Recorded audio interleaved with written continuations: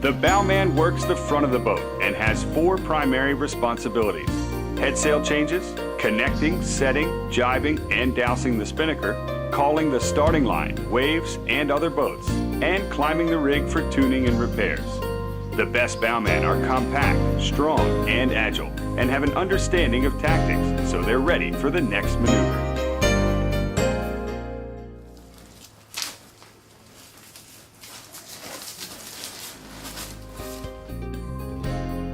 To the successful bowman, preparation is essential.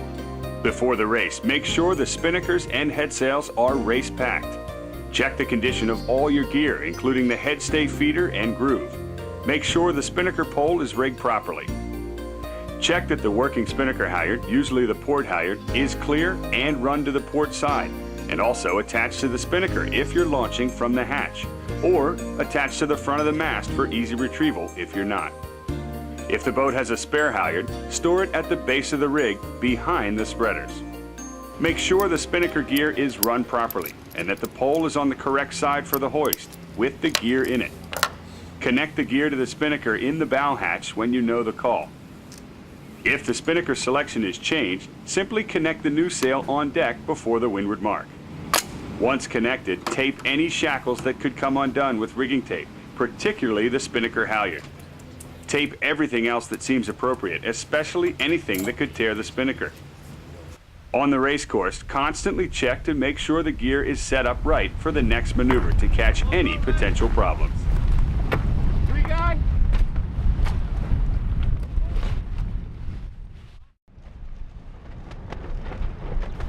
In the pre-start, the bowman is primarily responsible for watching traffic and relaying distance to the line on the final approach.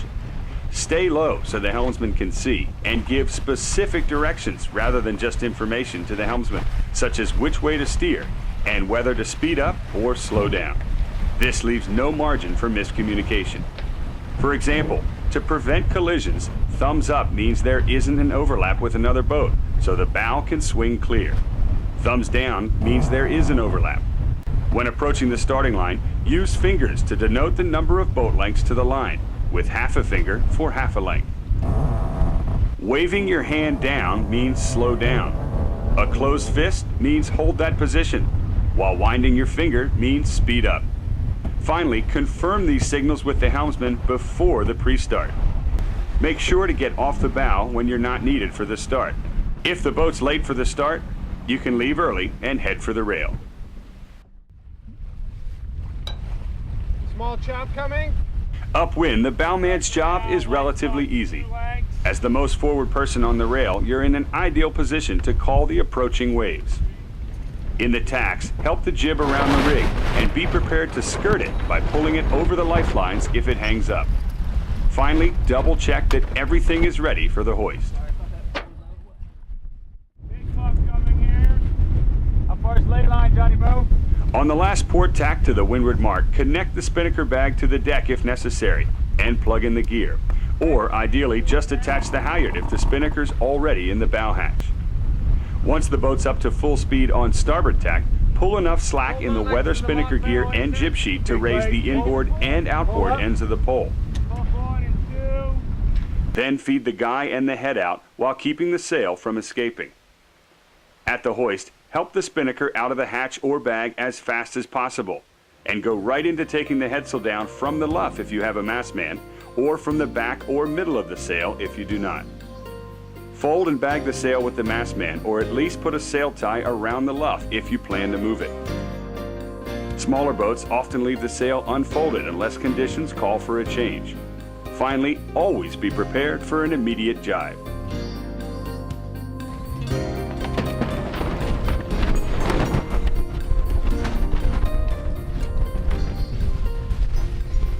For a tack set, raise the inboard end of the spinnaker pole on port tack. After the tack, raise the outboard end while the mastman or floater raises the spinnaker. The alternative is to raise the spinnaker and free fly it, making sure the gear's out of the pole before the hoist. Then connect the pole once the sail is set and go right into the jib douse.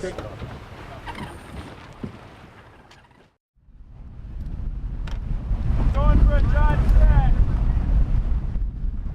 A A jibe set needs to be set up well ahead of time. First, disconnect the spinnaker gear from the sail and attach the shackles together along with the halyard. Help the trimmers pull the gear to the starboard side where the sail will be set, and set up the pole on the port side. Pull starboard gear around. Then put the gear in the end of the jaw. Starboard gear. Before the hoist, it helps to lay out the tack of the sail on the foredeck, and then raise the inboard end of the pole.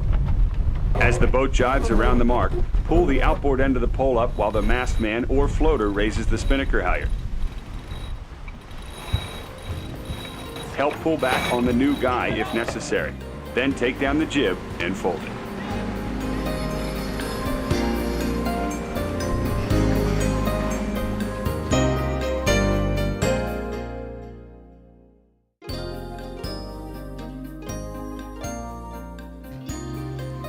Downwind, the bowman must always be ready for a jibe. For a dip pole jibe, make sure there's enough slack in the lazy guy to connect it in the pole at the bow. Before the jibe, the bowman should be positioned in front of the mast on the leeward side facing forward. Keep the lazy guy in the hand opposite the pole with your palm down and the sail end of the line forward. When the jibe is called, run to the bow with the lazy guy. Trim it. When the mast man swings the pole to you, place the lazy guy in the jaw of the pole, yelling "made" after the jaw closes. Made! This lets the crew know that they can raise the pole and square it. Push the pole up and outboard to help. When the jibe is completed, immediately set up for the next maneuver. Okay, jibing. When jibing an end-for-end pole, make sure the back of your leeward leg is braced against the mast for support. As the main begins to swing through, disconnect both ends of the pole and twist it to make sure the old guy comes out. Connect the new guy and shove the pole forward to the spinnaker clew before connecting it back to the mast. Again, call "made" when you're finished, and then set up for the next move. Top and lift up.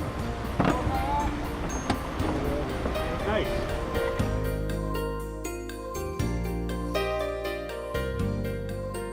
For a downwind approach on port, the best douse to use is a windward drop, so the spinnaker is ready to hoist again at the next windward mark. Start by setting up the jib and its sheets on the starboard side. In this case, the spinnaker pole is on the port side, so if the jib is not bagged, it will need to be disconnected from the front or back and moved around the foreguy to the starboard side. In light air, the foreguy can be disconnected from the pole, the jib flipped to starboard, and the pole reconnected. Now, the jib is ready for the hoist. Once it's raised and the call is made to trip the pole away, quickly lower the pole and stow it on deck for the upwind leg. Make sure the jib sheets are on top of the pole and in front of the topping lift, and open the bow hatch. When the spinnaker drop is called, pull the entire foot around the headstay to the bow hatch as the sheet is released. When the halyard's released, pull the rest of the sail down and stuff it into the hatch. Be sure to stand on the windward side of the sail as it's dropped. The mastman should help with the bulk of the sail, leaving the bowman for the cleanup. With the spinnaker stowed and the hatch closed, check that the jib sheet is clear for attack. Move quickly to the rail and let the helmsman know they are clear to tack. Attack! Wait to finish any cleanup until the boat's up to full speed and the back of the boat okays it.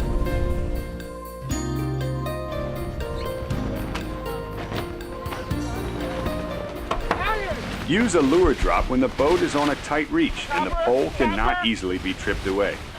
In this case, pull the foot of the sail in under the jib as the sheet and halyard are released. Once the sail is cleaned up, lower and stow the pole. Check that the jib sheet is clear to tack and move to the rail.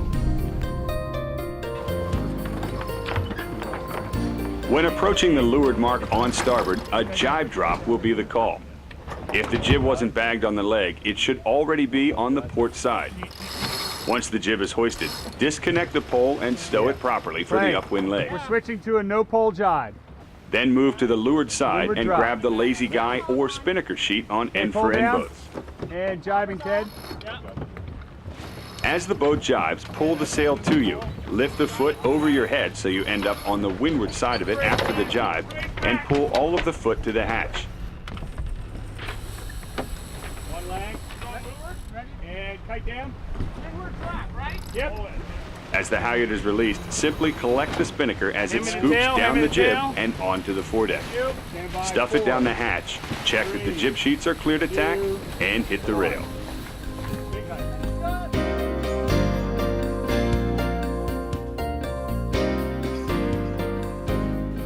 The best bowmen in the world have come up with time-tested tricks of the trade that help them do their job more efficiently. First, wear a climbing harness and outfit it with a lanyard-attached multi-tool and rigging tape. Be sure to tape anything that could snag, such as ring dings and shackles. Taping cleats also keeps lines from catching on them. Tie a piece of string between the top of the pulpit and the base of the forestay to keep the guy from snagging at the hoist. The knot, of course, is also taped. Shock cord can be attached to the bow hatch on some boats and fastened forward below decks. This helps close the hatch once it's lifted off the deck and keeps it down. Cover the hatch handles with large pieces of sail repair tape to keep the lines from catching on them. Attach shock cord between the pole bridles to keep them flush to the pole when it's not in use. Pull enough slack in the starboard spinnaker gear needed to raise the pole and wedge it between the shrouds at the deck. This way the pole is ready for the hoist. If you're launching out of the bag, attach the starboard spinnaker gear shackle to the port one and leave the port one open to be attached to the deck. This way you can use one hand to attach the port gear without losing the starboard gear. And if you do drop the starboard gear, it won't stray farther than a short reach forward to retrieve it. For the first hoist, tape the sheet and guy together with a small piece of tape so the sheet won't drop under the pole and disrupt the first jibe. Once the spinnaker is up, flip the lazy sheet on top of the pole jaw and wrap it around the guy to prevent it from dropping under the pole as well. The bow is a challenging position. The most important thing to remember is to give yourself enough time for each maneuver.